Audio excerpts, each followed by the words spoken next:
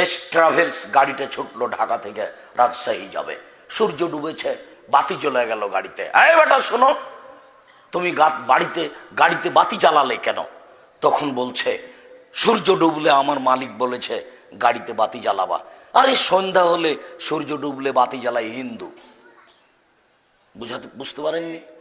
সূর্য ডুবার সাথে সাথে বাতি জ্বালাই কে? হিন্দু। তাহলে এখনো আমার হিন্দুর গতিনীতি আমার কাছ থেকে এখনো দূর হয়নি। আমি গরুকে লাথি মারতে পারি না কেন? লাঠি দিয়ে মারলে গরুকে কম লাগবে, আর লাথি মারলে গরুকে লাঠি দিয়ে মারলে গরুকে বেশি লাগবে, আর লাথি দিয়ে মারলে একটু কম লাগবে। তবু আপনি পা দিয়ে গরুকে মারতে পারবেন না, সাহসী হয় না কেন? গরু হচ্ছে হিন্দুদের আল্লাহ। আপনার ওই মাথাতে ওটা চেপে আছে। আপনি আপনাদের রান্না করা চুলা বলেন না আখা বলেন, চুলা আপনি পা দিয়ে ভাঙতে পারবেন না। আপনার স্ত্রী কুলা বুঝেন, যাতে চাউল ঝাড়ে, জিনিস ঝাড়ে, কুলা। আপনার নাতি, আপনার স্ত্রী কুলাতে চাউল ঝাড়ছিল, আপনার নাতিটা দড়িয়ে এসে কুলার উপরে চড়ে নিয়েছে। আপনার স্ত্রী বলে, হট কুলক্ষণে ছেলে, সর এখান থেকে, কুলাতে পা দিতে হয়। এ কথা আপনার স্ত্রী বলবে। ভাতের পাতিলে যদি পা লেগে যায়, ভাতের পাতিলে পা দিতে পারবে? দেওয়া যায় না। কথাই কথাই, অক্ষরে অক্ষরে শিরক দেশের মাটিতে ভরে আছে। কথা বলছি, টিকটিকি টিকটিক করলাম, বললাম ঠিক বললাম। আরে ঠিক বললাম না বললাম আল্লাহ জানে। টিকটিকি কিভাবে জানলো? তুলসী গাছ তুলে ফেলা যায় না, তুলসী গাছে লাথি মারা যায় না। ও দিয়ে হিন্দুদের সবকিছু হয়, যার কারণে যায় না। ফরজ গোসল ফরজ হয়ে গেছে, গোসল করেনি, সেই জন্য সিম গাছ থেকে সিম ছিঁড়তে পারবে না, পেয়ারা গাছ থেকে পেয়ারাটা ছিঁড়ে আনতে পারবে না। ইন্না লিল্লাহ। একই কথা, অপবিত্র অবস্থায় গাছে হাত দেওয়া যাবে না। সবকিছু হারিয়ে গেল। পাপ করলে ওর পাপের কারণে সবকিছুর অর্থ সম্পদের বরকত কমে যায়, কিন্তু স্ত্রী মিলনের কারণে বরকত কমে যাবে, এটা আবার কে বলল? একটার মধ্যে আরেকটা ঢুকে আছে। শিরক দিয়ে ভরা এ দেশ, বিদাত দিয়ে ভরা এ দেশ। সম্মানিত দিনী ভাই বোন, দুনিয়াতে দুটি পাপ আছে, এত বড় শক্তিশালী পাওয়ারফুল ক্ষমতাধর পাপ দুনিয়াতে আর নেই। যেই পাপ দিয়ে দুনিয়াতেই মানুষের ক্ষতি হয়, সব পাপ দিয়ে দুনিয়াতে মানুষের ক্ষতি হয় না। জেনা মহাপাপ, এ কথা ঠিক। জেনা মহাপাপ, এ কথা ঠিক। জেনা মহাপাপ, এ কথা ঠিক। কিন্তু দুনিয়াতে আপনার কোনো ক্ষতি করবে না। আপনি যদি তোবা করেন ক্ষমা হয়ে যাবে, আর যদি তোবা না করেন তাহলে বিচার মাঠে পাপের পাল্লায় চড়ে নেবে। বুঝাতে পারিনি? সুদ মহাপাপ, সুদ মহাপাপ। সুদ যদি খান, তোবা করেন ক্ষমা হবে, তোবা যদি না করেন তাহলে বিচারের মাঠেও পাপের পাল্লায় চড়ে নেবে। দুনিয়াতে আপনার কি ক্ষতি করবে? দুনিয়াতে দুটো পাপ আছে, এত ক্ষমতাধর শক্তিশালী পাপ যা মানুষের দুনিয়াতেই ক্ষতি করে। তার একটা পাপের নাম হলো শিরক। মহান আল্লাহ বলেন, সকল নবীকে সামনে নিয়ে বলেন, ওয়ালাউ আশরাকু লাহাবিতানহুম মা কানু ইয়ামালুন। ওরা যদি শিরক করে, সকল নবীগণ যদি শিরক করেন, সবারই নেকি নষ্ট হয়ে যাবে, সব নেকি বরবাদ হয়ে যাবে। আপনাদের নোয়াখালীর বিত্তশালী মানুষটা, ধনী মানুষটা ঢাকায় নেমেছে, হজ করে আসছে। তো গোলাপ শাহের মাজারের পাশ দিয়ে গাড়ি আসছিল লক্ষ্মীপুর ভাবে। তো বাপে বলছে, আব্বু একটু থামো, গোলাপ শাহের মাজারে 10 টাকা দিয়ে দিই। এবার হাজি সাহেব গোলাপ শাহের মাজারে 10 টাকা দিয়ে দিল। এখন যদি হজের এক নেকি থাকে তাহলে ইসলাম ধর্ম মিথ্যে, এক নেকিও থাকবে না, এটাই চূড়ান্ত। এক নেকিও থাকবে না, এটাই চূড়ান্ত। এক নেকিও থাকবে না, এটাই চূড়ান্ত। শিরক দিয়ে আল্লাহকে খাটো করা হয়, শিরক দিয়ে আল্লাহকে অপমান করা হয়, শিরক দিয়ে অতীতের নেকি নষ্ট হয়ে যায়। মানুষের ক্ষতি করার ব্যাপারে সবচেয়ে শক্তিশালী পাপ হলো শিরক। শিরক ঠেকায় অতীতকে, আর বিদআত ঠেকায় ভবিষ্যৎ, সামনের দিককে। বিদআত, মানুষে মনে করে যে সে নেকি করছে। অহম ইয়াহসাবুনা আন্নাহুম ইউহসিনুনা সুনআ, তারা ধারণা করছে যে আমি নেকি করছি। তাদের নেকি দুনিয়াতে কখন নষ্ট হয়ে গেছে, নেকি কবুল হয়নি, সে কথা তো আর বুঝতে পারে না।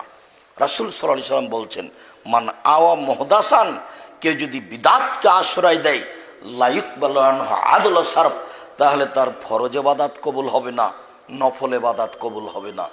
যদি কেউ বিদআতকে আশ্রয় দেয় তাহলে তার ফরজ ইবাদত কবুল হবে না, তার নফল ইবাদত কবুল হবে না, কোনো ইবাদতই কবুল হবে না। দেখেন আপনার জীবনে কত বেদাতি আমল আছে। আসসালামু আলাইকুম, দুইটা হাত লাগলো, মুসাফা তার নাম, আর কোনো দোয়া নেই, বলতে হবে না। হাত দুটি ছুটে গেল, আল্লাহর নবী বলছেন দুইজনের পাপ ক্ষমা হয়ে গেছে। এইবার হাত দুটি টেনে প্রথম যেটা বিপদ সেটা বুকে মেরে দিলেন। রাসূলকে অপমান করা হলো নাম্বার 1। নাম্বার 2, মুখে চুমা দিলেন, রাসূলকে অপমান করা হলো। নাম্বার 3, আরবি মানুষেরা গালে বলছে, গালে চুমা দিচ্ছে, মাথায় চুমা দিচ্ছে। নাম্বার 4, বৌমা এসে পায়ে সালাম দিচ্ছে। কত যে সালামের, আবার কেউ সালাম দিচ্ছে আসসালামু আলাইকুম, আবার কেউ বাঁকা হয়ে বলছে আসসালামু আলাইকুম। মানে সালামকে তার স্থান থেকে সরিয়ে দেওয়ার জন্য কত যে নীতিমালা বের হয়েছে তার কোনো হিসাব নেই। কোলাকুলি ছিল ঈদের মাঠে, কোলাকুলি ছিল আগন্তকের সাথে, সেটা চলে গেছে ঈদের মাঠে। আমি এসেছি রাজশাহী থেকে, আমার সাথে কোলাকুলি হবে। মসজিদ থেকে বের হয়ে একজন আর একজনের সাথে কোলাকুলি করতে পাবে না। সাহাবিগণ মুসাফা করতেন, ওয়াতানাকুলিল মুসাফির, বাইরে থেকে কেউ আসলে মুআনাকা করতেন, কাঁধে কাঁধ মিলাতেন। সেটা চলে গেছে ঈদের মাঠে। এখন মানুষ সবাই গিয়ে ঈদের মাঠে কোলাকুলি করছে, মসজিদ থেকে বের হয়ে কোলাকুলি করছে। কত আপনাকে যদি আমি এখানে দেখাই, এই অংশে আমি একটু পরে আসছি, যদিও আলোচনা খুব তাড়াতাড়ি শেষ করব, কিন্তু আপনাদের দেখে মনে হচ্ছে যে এক পর্যায়ে আপনারা লাফ দিয়ে উঠবেন, এটা আমার মনে হচ্ছে না। মনে হচ্ছে যে আসলে শুনে দেখি কি হয়, এরকম মনে হচ্ছে। তা আমিও আপনাদের শুকরিয়া আদায় করছি, জাযাকুমুল্লাহ। অন্তত শুনি তো, যখন বক্তব্য শেষ হয়ে যাবে তখন বলবো আব্দুর রাজ্জাক সাহেব আপনাকেও সালাম, বক্তব্যকে সালাম, গেলাম। আমার কোনো আপত্তি নেই। আল্লাহর কসম, আমার জীবনে আমি কোনোদিন অপ্রয়োজনীয় বাক্য বলিনি, অপ্রয়োজনীয় কেসা কাহিনী বলিনি। পুরো জীবনে 90 সাল থেকে নিয়ে এখন পর্যন্ত আমি কোনোদিন কেসা কাহিনী বলিনি। 90 সাল থেকে নিয়ে এখন পর্যন্ত আমি কোনোদিন কোনো মানুষের কাছে পথ খরচ পাতেও চাইনি। নোয়াখালী থেকে গাড়ি রাজশাহী ফিরে যেতে প্রায় 15,000 টাকা বিল আসবে, তেলে চলা গাড়ি, 15,000 টাকা বিল আসবে। আমি তেল হিসাবে খরচ দিই বিল। আমার জীবনে আমি কোনোদিন কারোর কাছে পথ খরচ পাতেও চাইনি।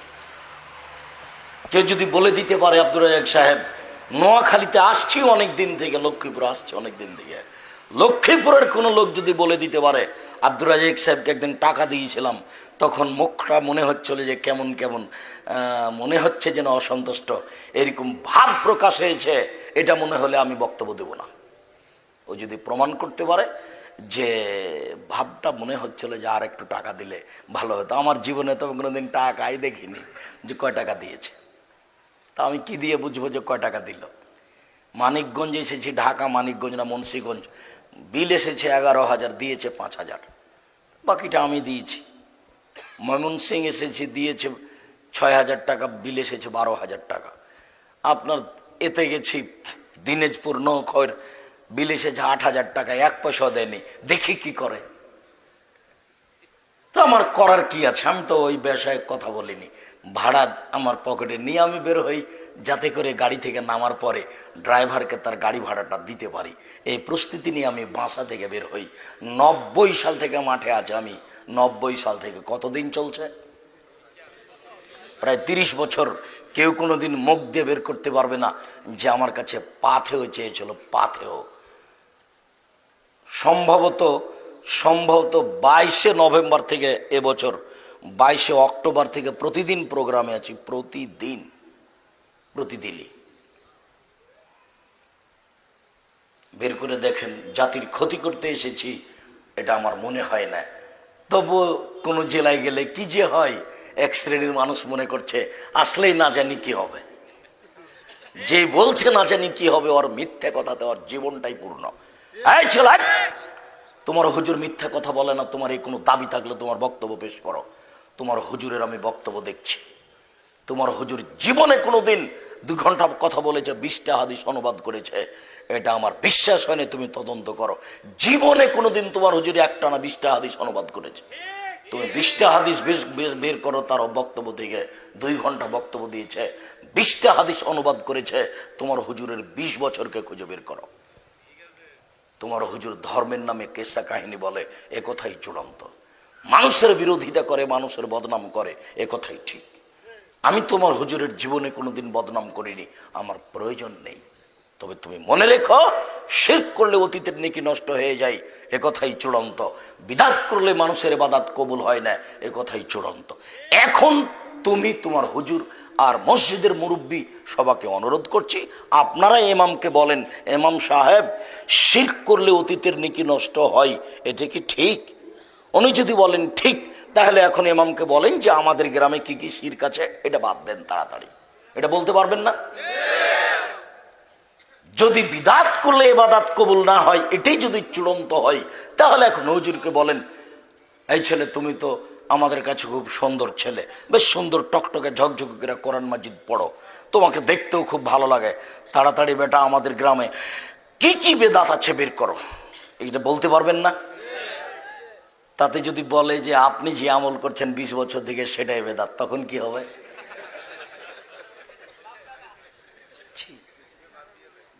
সেটাই বাদ দিতে হবে, সেটাই ঠিক।